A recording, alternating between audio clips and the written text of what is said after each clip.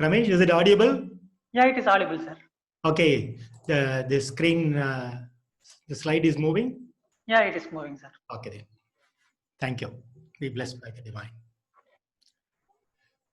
Be blessed by the divine. Be blessed by the divine. Salutations to Guru Vedatri Maharishi.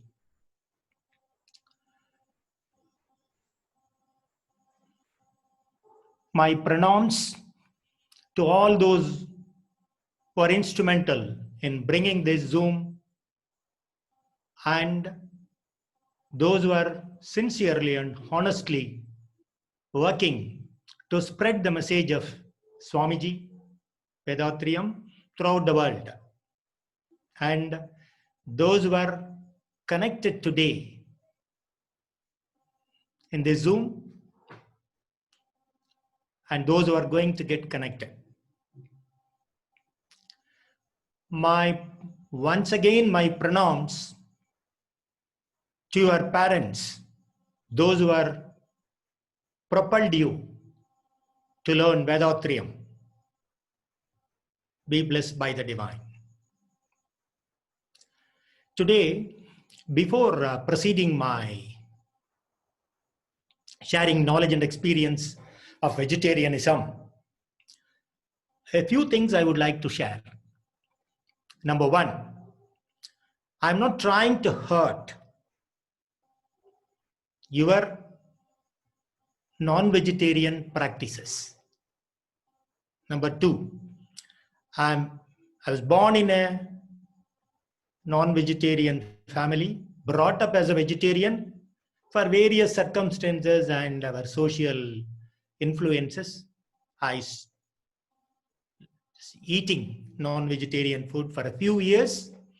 Then after getting into Swamiji's teachings, I stopped. Now I am practicing only vegetarian for the last 45 years. So I'm eligible to talk on this subject. And number three, there are about 79 slides. There's about 2 hours subject, but I have to cover it within an hour with question and answer session. So I may skip some slides, but it is there in the PDF format. Please make use of it. And with this, I start the sharing of my knowledge and experience of vegetarianism. Vegetarianism, not only a diet, but it is a way of life. The history of vegetarianism, the word coined in 1847 by the Vegetarian Society of United Kingdom. The meaning of vegetarian, you see, it is that should give life and that should give happiness when you take it. When you continue to take it, your life should become sacredness. Is it there? I don't know.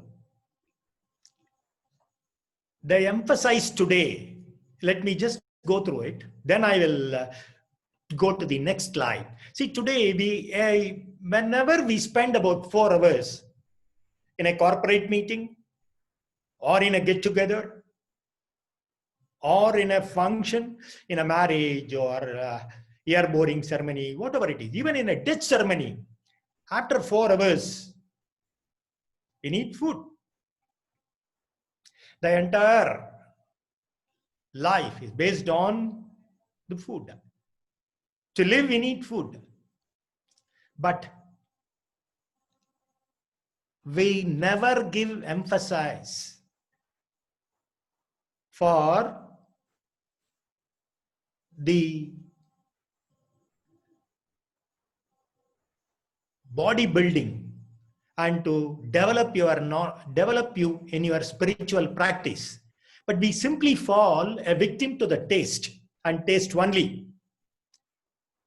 See, there is a function in your family, the cook has come, everything is settled down, the menu, everything has been given to that man. Then finally you gave him the money, advance, everything. Then You know what you will tell to that cook? Oh, my dear cook, please see that. The good taste, and you should get a name. We are looking for a taste and name and fame.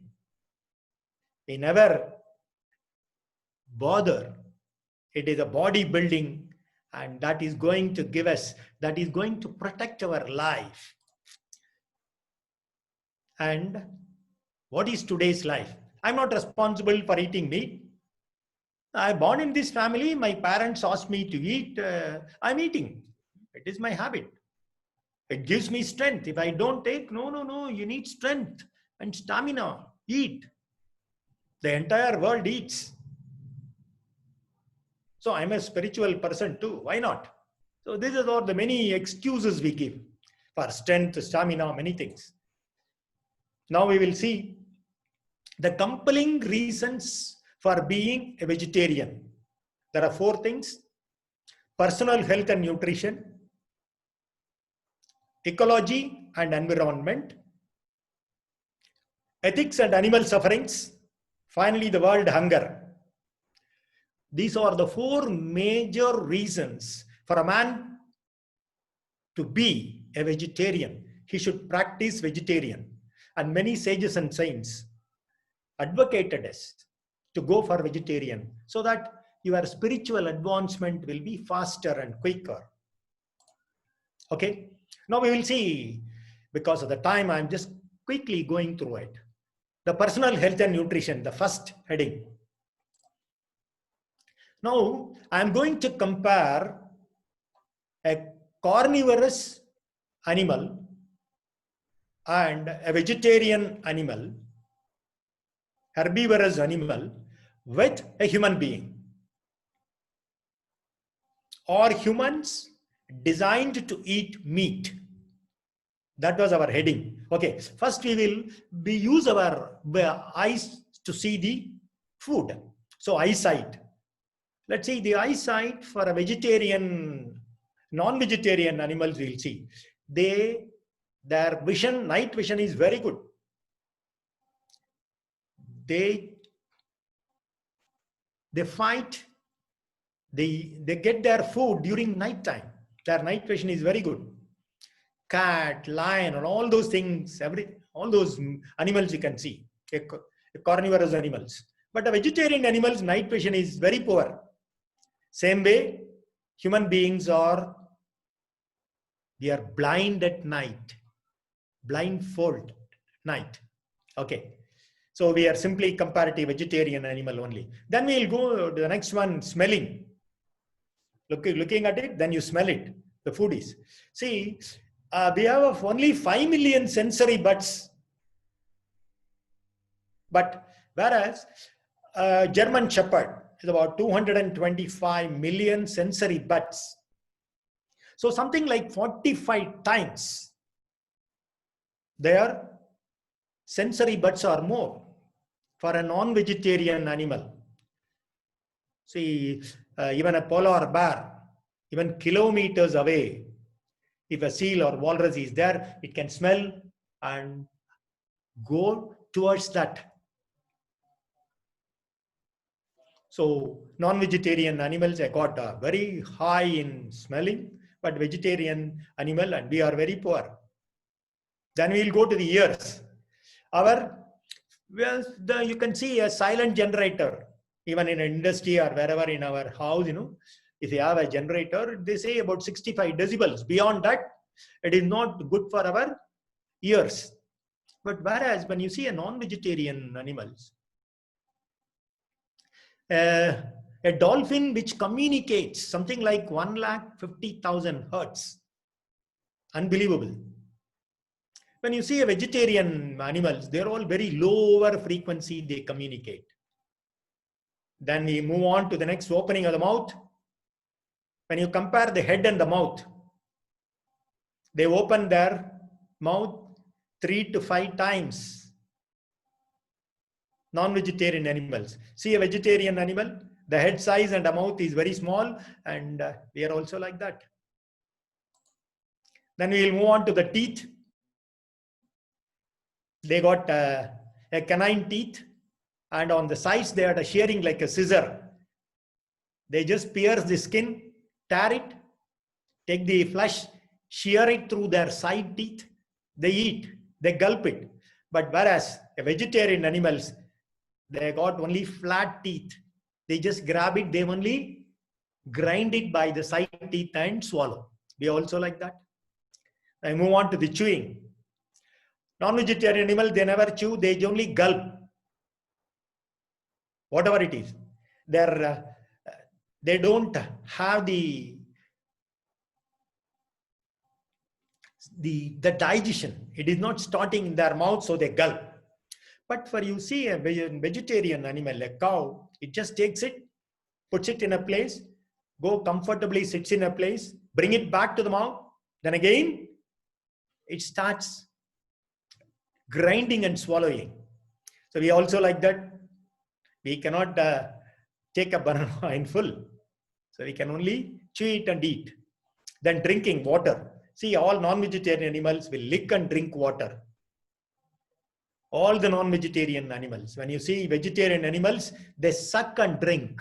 So we also suck a cup of coffee, tea, whatever it is. We suck and drink. We cannot lick. Okay. We don't. We have a capacity of sucking and drinking. The claws and paws, they got a sharp nails, and the paws are very strong and flexible to grip the animal, to tear the skin, all these things. But when you see a vegetarian animal, an elephant, look at there is no claws and paws, are very simple like us. So we can simply compare with a vegetarian animal. Move on to the saliva. Non-vegetarian animals, the carnivorous animal, they do digestive enzymes at the mouth. But in vegetarian animals, carbohydrate, our digestion starts in the mouth. Almost in the sweat, in the saliva gland, we about 800 ml of saliva secretes in a day. So that is why our ancestors, they say, chew it, or you just slowly grind your food and eat. Mix it with the saliva and eat. So we are simply compared with a vegetarian animal. Stomach acidity, when you see all the non-vegetarian animals, stomach acidity towards acidic, toward the pH value 1 and 2. All that thing, they eat, they gulp the bone and flesh. It gets burnt. The protein molecules are separated with that high concentration of acid. But you see, vegetarian pH value between 4 and 5, and ours is about 6.5. So on the alkaline side, so we can simply compare ourselves with a vegetarian. Then the stomach capacity. When you see the stomach capacity of a non-vegetarian animal, it is about 60 to 70% is its stomach. A crocodile will eat a deer weighing about 70 kgs. 70% of the body, stomach occupies. But whereas vegetarian animals, only 30%. A horse, an elephant, or cow, you can see only 30%. Even we have only 30% of the stomach capacity compared to the body size. Then go to the digestive system from the mouth to the anus hole. The length of the body, when you compare vegetarian, non-vegetarian animals, have 1 to 2. 1:2 only. But a vegetarian animal, the 36 feet is the length of the digestive tract of a goat. It's about 10 to 12 times. Even for a human being, it's about 27 feet to the mouth to the anus hole. We have only 4 feet to the mouth to anus hole. We are only 3 feet or 4 feet. 3 feet only. So it's about 10 to 12 times is our digestive system comparing to the length of the body. The perspiration. All that non-vegetarian animals, they only protrude their tongue out. They open their mouth. They're perspiring. But you see a cow, the entire body has porous as a whole. It just breathes, perspiration. We also have millions of pores in our skin. We sweat glands are there compared to a vegetarian animal only. Then you see the colon, simple and short for the non-vegetarian animals. When they eat a dead meat, it just processes in 3 to 4 hours time, it comes out. But well, a vegetarian animal, long and complex colon, it takes about 8 to 10 hours to process the food, and the excreta comes out after 8 to 10 hours. So it's a long and complex. We can simply compare ourselves to the vegetarian animal. So we have seen from the eyes to the excreta area. Now we'll see how the mental attitude of a herbivorous animal, vegetarian animal. See, you can see a vegetarian animal, they are calm. When you happen to go to a zoo, you see it's all very calm, quiet, peaceful, useful to man. You can train and tame the animal. Their dungs will not, their excreta will not smell badly. The cow dung, we use it in our many applications in our day-to-day life. The elephant, about 7 tons of animal, can be trained and tamed to shift the logs. Look at a camel to cross the desert. They all got a pulling strength. They are very calm, quiet. They are friendly. Okay, now we'll move on to the carnivorous animal. They are all in a cage. They are agitated. Even though they are safe in a cage, they are agitated, ferocious, violent, cunning. They throw all those bad things to those who are in front. They got only a killing strength. Their body smells very badly. That is why man would have found out the deodorant, a deodorant, to overcome the bad and foul smell. Okay, why they started eating meat? Because the excellent source of protein is there, they thought. But today, the vegetarian food, in our daily routine, we get the required quantity of protein. This we don't understand. Do you mean all the vegetarians are living? They're getting all that the protein from their vegetarian diet. So let's see what is the requirement of the protein to the body. See the 10 sources of vegetarian protein. You see a spinach or a broccoli or a cauliflower. See, you can see all of them, they got about 49% of, you take 100%, 49% of protein, you get it. See a cabbage, 22%, cucumber, green pepper, tomatoes, 18%. All that vegetarian we eat, you get that amount of protein you require.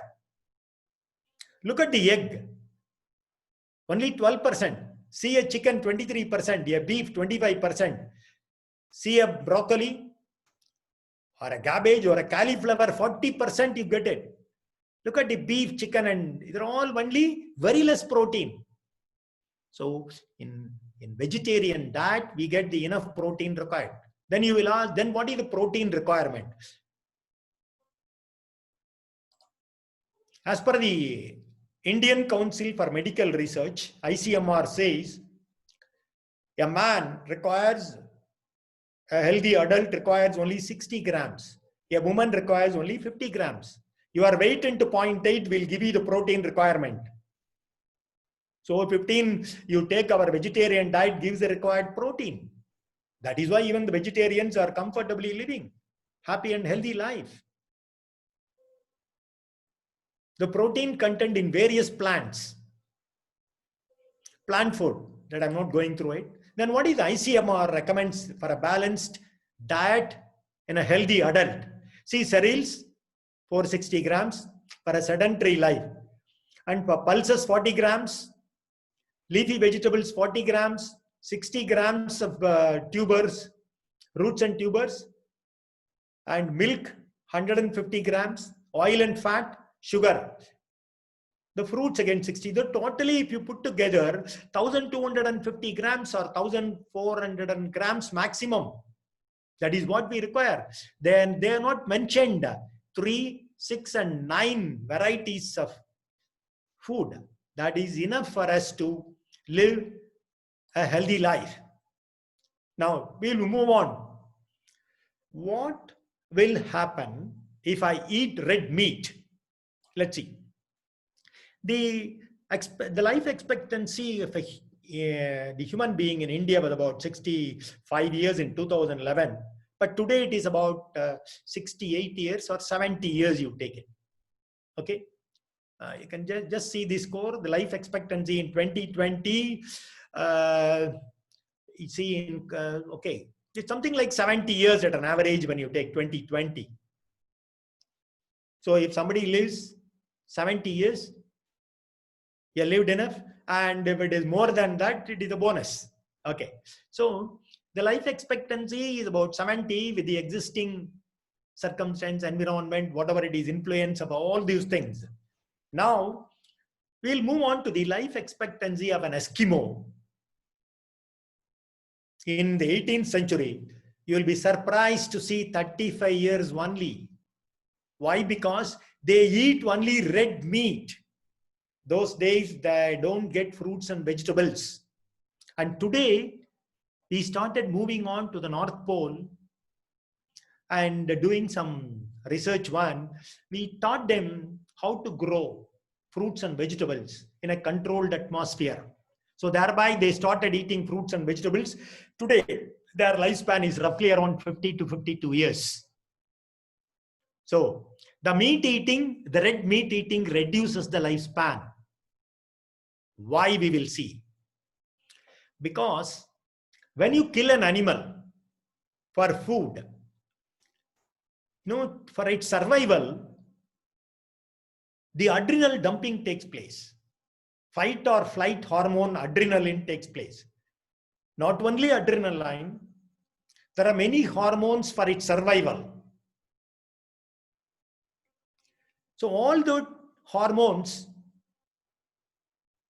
and all or otherwise the chemicals becomes a cocktail, and it just pushed into the flesh. The cocktail of hormones goes through the bloodstream, goes to the flesh and settles down. The cocktail of chemicals. You know what is the name of the cocktail of chemicals? It is what is called morbid. That is why they were living only 35 years. Morbid. Just Google it and check morbid. Morbid, the cocktail of chemicals, the cocktail of hormones called as morbid. The meaning, dictionary meaning is unhealthy, gruesome, horrible, unwholesome. Okay, what will happen? You buy red meat, paying money. Not only the meat contains morbid. Okay, what happens to the body? The morbid, it is there in the flesh. You buy the morbid. The morbid, to overcome this morbid poisoning, they started in many practices in all over the world. Say, you might have seen halal cut meat. Halal in Arabic means permissible. In the name of God. Even not only in this Arabic, even in our own country, in Hinduism, many rituals, they in the name of God, they sacrifice animals.